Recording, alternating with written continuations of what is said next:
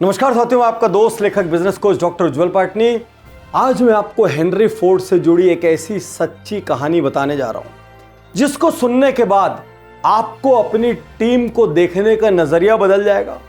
आप जब भी किसी कैंडिडेट को देखेंगे तो उसको डिग्री और कागजों के परे देखेंगे और शायद तब आप हेनरी फोर्ड की समझ को समझ पाएंगे। हेनरी फोर्ड को ऑटोमोबाइल जगत का पितामह कहा जाता है और यह कहा जाता है यदि फोर्ड ना होते तो कारें ना होती। एक बार हेनरी फोर्ड दो कैंडिडेट्स के साथ डिनर कर रहे थे। उनको उन दो में से एक को सेलेक्ट करना था। अब समझिए, फोर्ड डिनर कर रहे हैं तो कैंडिडेट दबदार होंगे। दोनों दुनिया की बेस्ट यूनिवर्सिटी से थे, दोनों का जीपीए बेस्ट था, दोनों अलग अलग चीजों के महारथी थे, दोनों को जीनियस रेट किया गया था और दोनों को हर कंपनी लेना चाहती थी। और हेनरी फोर्ड को उन दोनों में से एक का चुनाव करना था। हेनरी फोर्ड ने यह चुनाव कैसे किया, यह अपने आप में दुनिया की महानतम कहानियों में से एक हो गई। यह कहानी मैं आपको आगे सुनाऊं उसके पहले आपको याद दिला दूं, यह शो उज्जवल पाटनी यूट्यूब चैनल पर रिलीज हुआ है, जहां पर 1, 2, 5, 10 नहीं 500 से ज्यादा वीडियो है लाइफ पे, सक्सेस पर, एम्प्लॉय मोटिवेशन पर, पेरेंटिंग पर, जिंदगी के जिस हिस्से को रिपेयर करना है, घर बैठे अपने टाइम पे रिपेयर करना है, जिस हिस्से को इंप्रूव करना है, यह चैनल आपके लिए है अपनी क्वालिटी कंटेंट के साथ। और एक बात और, बेल आइकन नहीं दबाया है तो दबा देना, नहीं तो यूट्यूब नोटिफिकेशन नहीं भेजेगा। तीनों का डिनर चल रहा था और वो कैंडिडेट इंतजार कर रहे थे। अब हेनरी फोर्ड इंजीनियरिंग के बारे में कोई सवाल पूछेंगे, अब वो कोई डीप टेक्निकल सवाल पूछेंगे, अब वो कोई विजन पूछेंगे, कोई बड़ा आंकड़ा पूछेंगे। बहुत दिन से तैयारी करके आए थे। फोर्ड साहब के सामने बैठना है भाई, हल्की पतली तैयारी से नहीं बैठा जा सकता। लेकिन ये क्या, डिनर खत्म हो गया और फोर्ड साहब ने एक सवाल नहीं पूछा और जाते जाते एक कैंडिडेट के कंधे पर हाथ रख के कहा, यू आर सेलेक्टेड। दोनों चौंक गए, सकपका गए। दूसरा कैंडिडेट बड़ी विनम्रता से कहता है, सर, जितना मैं आपके स्वभाव के बारे में जानता हूं, आपने बहुत गहराई से सोच समझ के मेरे दोस्त का सिलेक्शन किया होगा। मैं आज यहां से खाली हाथ लौट रहा हूं, लेकिन सिर्फ मैं ये जानना चाहता हूं कि इनको जो आपने सेलेक्ट किया उसका पैरामीटर क्या था, ताकि मेरी जिंदगी में लर्निंग हो सके। बहुत ध्यान से इस कहानी को आगे सुनना। फोर्ड साहब बड़ी गंभीरता से कहते हैं, जब खाना शुरू हुआ तुम्हारे दोस्त ने सारी डिशेस को टेस्ट किया और उसके बाद जिसमें नमक या मसाले कम लगे वहां पर ऐड किया, लेकिन तुमने खाना शुरू करने के पहले सभी डिशेस में एक्स्ट्रा मसाले ऐड किए।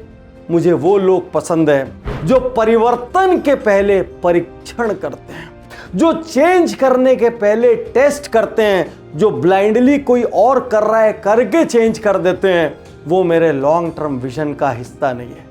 दूसरी बात, जब जब कोई भी वेटर आता था, जब जब कोई भी सर्विस करने वाला आता था या गेट पर जो गार्ड था, तुम्हारे दोस्त ने हर किसी को प्लीज, थैंक यू, सॉरी सब कुछ कहा। जितने लोग नजर आए सबको मुस्कुराकर ग्रीट किया।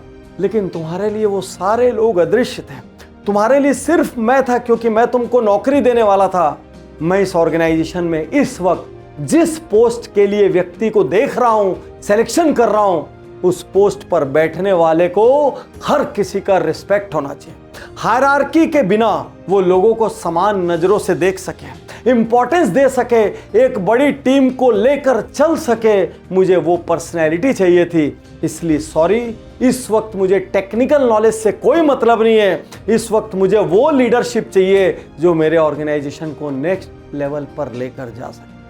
आज तक आपने जैसे भी इंटरव्यू लिए हैं, आपने हमेशा ये देखा है कौन से इंस्टीट्यूशन से पास आउट हुए हैं। क्या आपने कभी इंसानी फैक्टर्स को इवेल्युएट किया? उस आदमी में एम्पैथी कितनी है, उसमें इमोशनल इंटेलिजेंस कितना है, उसमें कंपैशन कितना है, उसमें फाइटिंग स्पिरिट कितनी है, वो अपने छोटों का सम्मान करते हैं कि नहीं, वो अपने बड़ों के सामने बिना डरे बिना झिझके अपनी बात रख सकते हैं कि नहीं। याद रखिए, टेक्निकल नॉलेज दिया जा सकता है।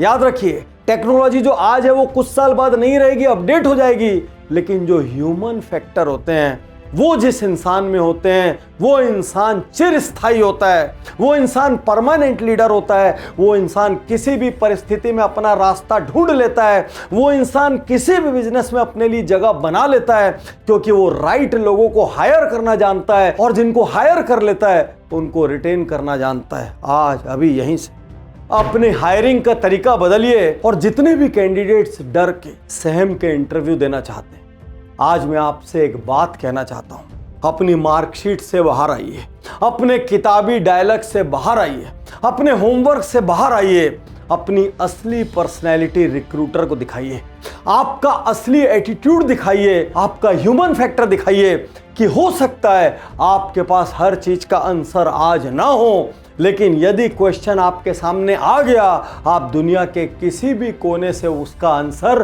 ढूंढ लाएंगे। और इसके लिए 12th फेल का एंड का ये डायलॉग मेरे दिल को यहां पर छू गया।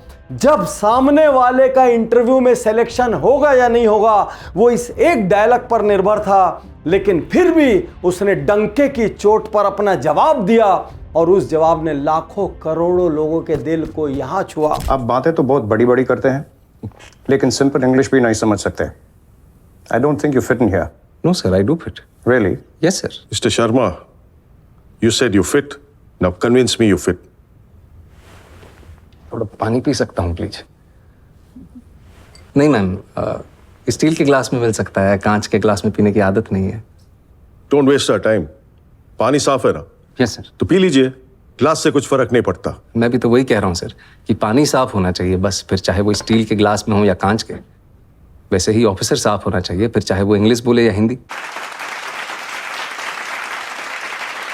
जब आप ओरिजिनल होंगे ना मेरे दोस्त, आपका मूल्य होगा। जब आप मन की बात करेंगे ना वो मन तक जाएगी। जब आप फियरलेस होंगे ना, कॉपी कैट नहीं होंगे, तब लोगों को लगेगा ये हमारी कंपनी को नई दिशा दे सकता है। बुक्स, डिग्रीज, पेपर, ये सब हर कॉलेज में मिलेगा, हर स्कूल में मिलेगा, लेकिन जीतने वाला इंसान मुट्ठी भर होता है। शुक्रिया, धन्यवाद, थैंक यू।